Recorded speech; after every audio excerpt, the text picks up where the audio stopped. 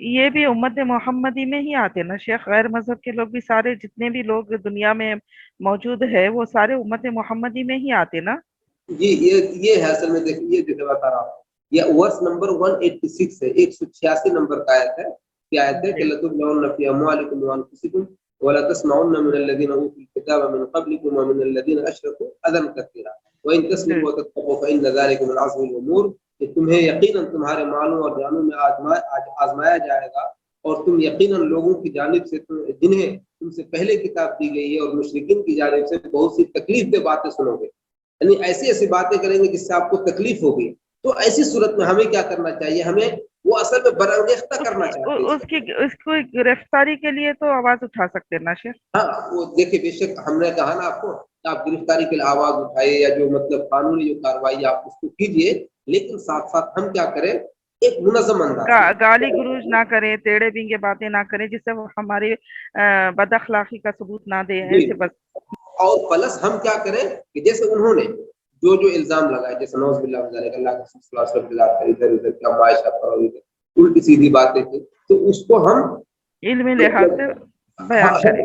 ہم اس کو بیان کریں، ہم اپنا ایک ویڈیو بنا کر کے ڈالیں اور ان کو مطلب ایک نان مسلم تک جی پہنچانے کی کوشش کریں، اور علمی انداز میں۔ اس سے جی کیا ہوگا؟ پیار بھرے انداز میں اس سے کیا ہوگا کہ اگلا بندہ سنے گا تو وہ جب ہمارے بولنے کا انداز بھی جب دیکھے گا کہ دیکھو ایک بندہ برانگیختہ کر رہا ہے اور گالی دے رہا ہے، تو دوسری اس کے مقابلے میں دوسری طرف سے جو جی دوسرا ہاں، بندہ ہے وہ بجائے برانگیختہ ہونے کے پیار سے ان کو سمجھا رہا ہے، اس نبی کے بارے میں بتا رہا ہے تو واقعی کیا ہے، تو اس کے اندر بھی اگر انسانیت ہوگی تو غور سے سننے کی کوشش کرے گا، اور کیا پتا کہ ہماری اسی مطلب حکیمانہ طریقے سے سننے کی بات کرنے کی وجہ سے وہ اسلام بھی لے آئے۔ اور یہی ہوا ویسٹ میں کہ اسلام کو گالیاں دی، اسلام کو برا بھلا کا پروپیگیٹ کیا، لیکن آج الحمدللہ ویسٹ میں سب سے زیادہ اگر کوئی مذہب پھیل رہا ہے تو اسلام ہے، اور لوگ اسلام کو پڑھ رہے ہیں اور اس کو سمجھ رہے ہیں۔ تو ہمیں اپنا کام کرتے رہنا چاہیے، دعوت اچھا کے کام شیخ، کو۔ میں تو ایک سوال اور کری تھی آپ سے ابھی کہ جی ساری امت محمدی میں ہی ہاں آئیں ٹھیک گے ہے، نا یا ہاں ہاں غیر یہ مذہب کے لوگ؟ امت ہے کہ اللہ کا جو بھی لوگ ہیں اس امت کی دو قسمیں ہیں، امت دعویٰ، امت اجابہ۔ تو جن لوگوں نے اللہ کے رسول صلی اللہ علیہ وسلم کی دعوت کو قبول کیا ہے وہ اللہ کے رسول، وہ سب امت اجابہ ہے، یعنی ہم مسلمان اللہ کے رسول صلی اللہ علیہ وسلم کی امت اجابہ ہے۔ اور جنہوں نے اللہ کے رسول کی دعوت کو قبول نہیں کیا ہے وہ بھی اللہ کے رسول کی امت میں ہے، لیکن امت دعویٰ ہے، یعنی اللہ کے رسول کی جو دعوت ہے یا اللہ کے رسول کا جو پیغام ہے وہ ان لوگوں کے لیے بھی ہے، اور ان کو بھی یہی دعوت قبول کر لینی چاہیے۔ اس ناحیے سے وہ بھی اللہ کے رسول کی امت میں داخل ہے، یعنی وہ بھی اللہ کے رسول کی دعوت کے مستحق ہیں، اور ان پر بھی ضروری ہے کہ وہ اس دعوت کو قبول کریں۔ تو وہ امت دعوت ہے، اور ہم امت اجابہ ہے جنہوں نے اللہ کے رسول کی دعوت کو قبول کر لیا۔ اس ناحیے سے کہ اللہ کے قل یا ایھا الناس انی رسول اللہ الیکم جمیعا، اے نبی آپ کہہ دیجئے کہ میں تم تمام لوگوں کی طرف بھیجا ہوا رسول، کہ چاہے یہودی ہو، نصارہ ہو، سکھ ہو، کرسچن جی، ہو، یہ حدیث کی آپ جو بیان کر رہے ہیں وہ حدیث کی روشنی میں تو ہم جو ہے مطلب یہ سارے لوگ جو ہے امت محمدی میں ہی آئیں گے۔ اب جی یہ آیت جو ہے قرآن کی، کنتم خیر امت اخرجت للناس جی تعمرون بالمعروف وتنحون عن المنکر وتؤمنون باللہ،